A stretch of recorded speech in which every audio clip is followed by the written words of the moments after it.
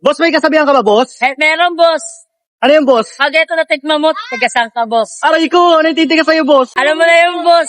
Ay! Meron nga tayong napudtripan ng abukado con leche sa Carriedo, Manila na hindi pa pinipilahan at hindi pa dinudumog pero pag natikman mo ay siguradong refreshing at mapapabalik ka sa sarap. Mga kaipips, nandito na naman nga tayo ngayon sa may Carriedo Station. Bale, ito lang yung LRT Carriedo. Sabay dito lang yung baba nung kay Neneng B. At may dinayo nga tayo dito. Ito nga yung abukado kunyelo ni Minions. Tara, samahan nyo ko at tikman natin yon.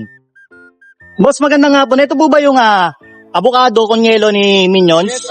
Boss, ba't tinawag to na abukado ni Minions? Sa'yo lang titigas. Sa'yo lang titigas. Atoy patay, aray ko! Boss, magkano naman yung abukado nyo dito? May 80 po, may 60. May 80, may 60. Ano naman po, yung special nyo yung 80 po? Opo. Ano po yung mga laman nun? Avocado, tas may yelo, may legkop na may gas. May gatas. Sige nga po, pa-order nga po ako ng isa. Bali, buo-buo po yung abukado na nilalagay nyo dito. Yun. Hindi lang yan pang vlogger, boss, baka pang vlogger lang yan. Hindi po, same lang. Same lang. Yun.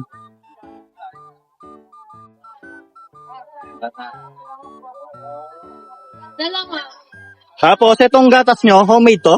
Opo. Yun. Homemade din yung gatas sila dito. Yan. Solid. Yan yung 85. 80 lang. 80 yun. Yan yung 80 pesos. Tapos may leche flan. Yan.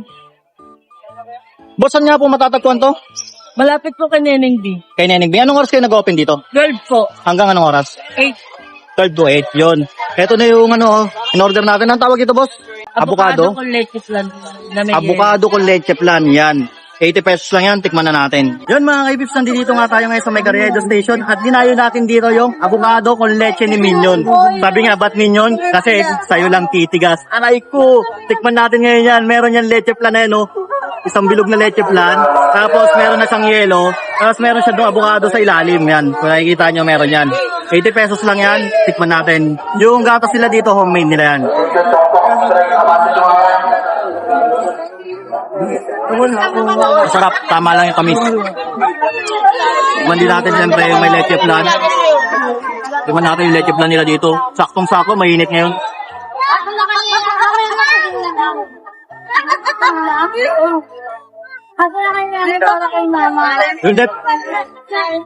Yung leche flan niya smooth, tapos matamis. Tamang-tama siya, hindi siya yung wala siyang egg white. Kasi meron leche flan na may egg white, iba yung lasa niya. Tapos medyo dry siya. Ito, smooth na smooth yung lasa niya, masarap. Talaga mapapaulit ka. Pero meron din dito yung avocado. Yung mga nakapila po dyan, ingatan nyo po yung mga importanteng gamit nyo. Cellphone, wallet, pera. Mga nasa likod nyo, hindi nyo alam, magdurukong para. Sarap. Grabe.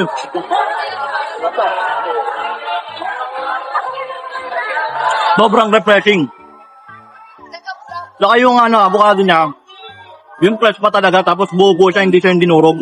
Sarap ng lasa. Talagang 80 pesos. Pag natikman mo to, pawi na nga yung uhaw mo, lumamig pa yung pakiramdam mo, sulit pa yung binayad mo. Sarap. Yan mga kaibigs, kung ganito yung cravings nyo, open nga pala sila dito ng 12 ng tanghali hanggang 8 ng gabi. Dito lang yan sa may avocado con leche ni Minions. Dito lang yan sa tabi ng store ni Neneng B. So ano pang hinihintay nyo, punta na kayo dito.